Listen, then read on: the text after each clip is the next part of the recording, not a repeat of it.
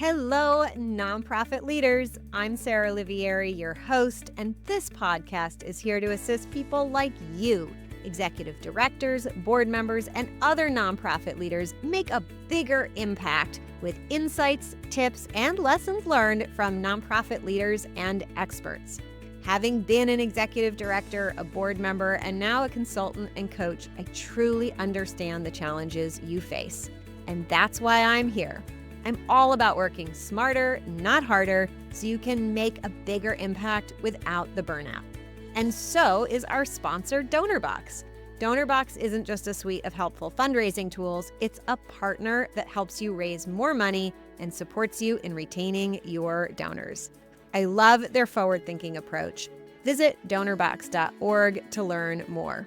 And don't forget to sign up for the Inspired Nonprofit Leadership newsletter, where you'll get bite-sized, actionable tips just for nonprofit leaders like you, delivered weekly to your inbox. Sign up at inspirednonprofitleadership.com/sign up. Okay, let's dive into today's episode. Today, I want to talk to you about the issues around inconsistent communication when it comes to bringing in donors. The most important thing to remember about building your donor base, building your base of funding from donors, is that your donors and you are in this symbiotic relationship. They get this amazing feeling of being able to say, I helped make that happen, or I am participating in helping that happen. I am making a meaningful contribution to the world by donating to this nonprofit who is either already doing something amazing or is about to be doing something that I really care about that's amazing. So here is one of the mistakes I see a lot of nonprofits making. They think of their relationship with their donors as a transactional relationship. And then what happens is they only reach out to their donors during fundraising campaigns. So if you're working on fundraising campaigns right now, if you're making those end of year asks or some other ask related to your organization, you should be asking people who you have a really good established relationship that is not just based on asking them for money. It is about communicating with them and sharing your successes, your failures, your hopes, and your dreams. If they are giving at a larger level, there's probably some more investment level tactical conversations about how you're going to be spending significant amounts of money to achieve something significant and meaningful, mostly because those folks want to know basically that you're not wasting their money, that you have a good plan for it, not because they want to control the nitty gritty of it. So, big mistake is to only reach out to your donors when you are running a campaign asking for money. So, what we want to do instead is we want to have consistent communication with our donors that spans the year, spans the months, right? Some of that communication should be when we're asking them, but sometimes we should be when we're asking them for money, but sometimes we might ask them for their opinion. Sometimes we might ask them how they're doing. Sometimes we might be sharing information about how things are going. We might be sharing the results of some data. We might be sharing some anecdotal results. We might be sharing a challenge, right? There are a lot of donors who kind of have that desire to be a helper, a hero of sorts. Heroes don't want to solve problems that are already solved. They want to hear that you have a problem that they can help you solve, right? So we need to have all these types of communications in our communications with our donors. I'll leave you with a thought. Have you ever heard of the phrase, don't be a rainy day friend, or just anything about a rainy day friend, right? That's a friend that is basically only there only there when they need your help.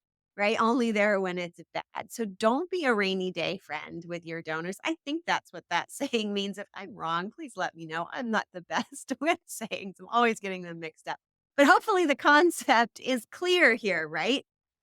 Have a full relationship with your donors. And when it is then time to have a campaign around asking for donations, you will see that by asking those people who you have established relationships with that are more than just transactional relationships, they will give. And for those people who are new, you don't have that relationship with yet, you can leave them out of those big campaigns and come back to them on the next one.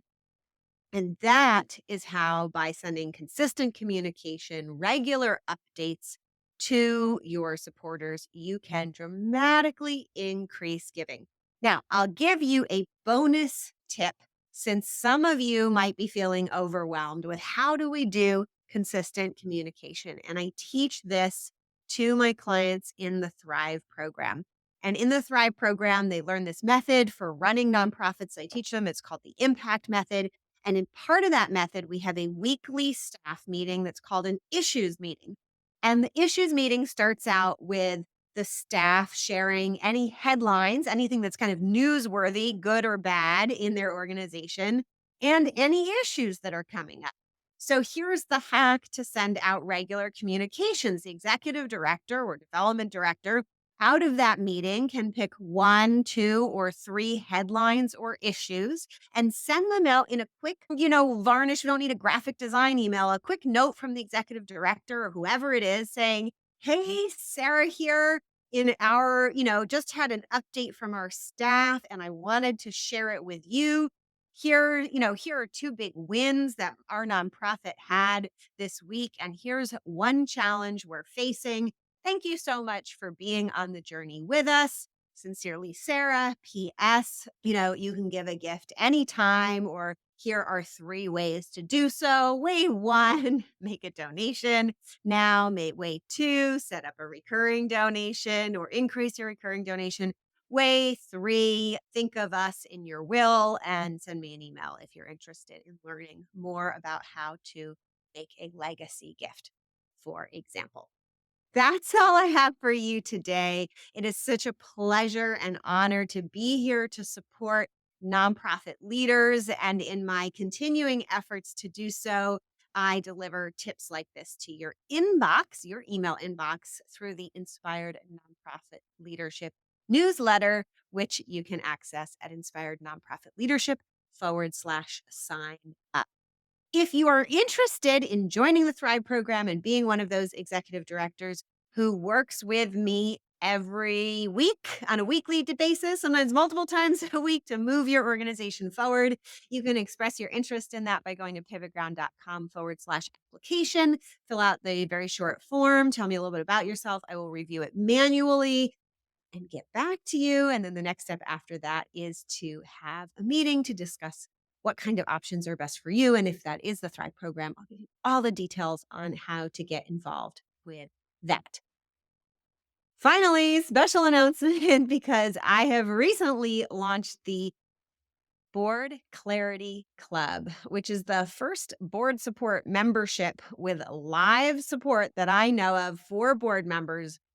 You can go to pivotground.com/board-clarity to learn more about that. It is a very reasonably priced club where you will get access to training modules for your board, as well as a monthly Q&A call with me where your board members or any leadership team member can come and ask questions about all things related to nonprofit boards. It is such a valuable resource and a no-brainer price. So I hope I will see you in there. Until next time, all the best. You've been listening to Inspired Nonprofit Leadership. Thanks so much for tuning in. Be sure to subscribe so you don't miss a single episode or the bonus episodes. And while you're at it, please leave a rating and review and be sure to share with your friends and colleagues. Tune in every week for more useful insights and wisdom on nonprofit leadership. Thanks so much for all you do for the communities you serve. Until next time, all the best.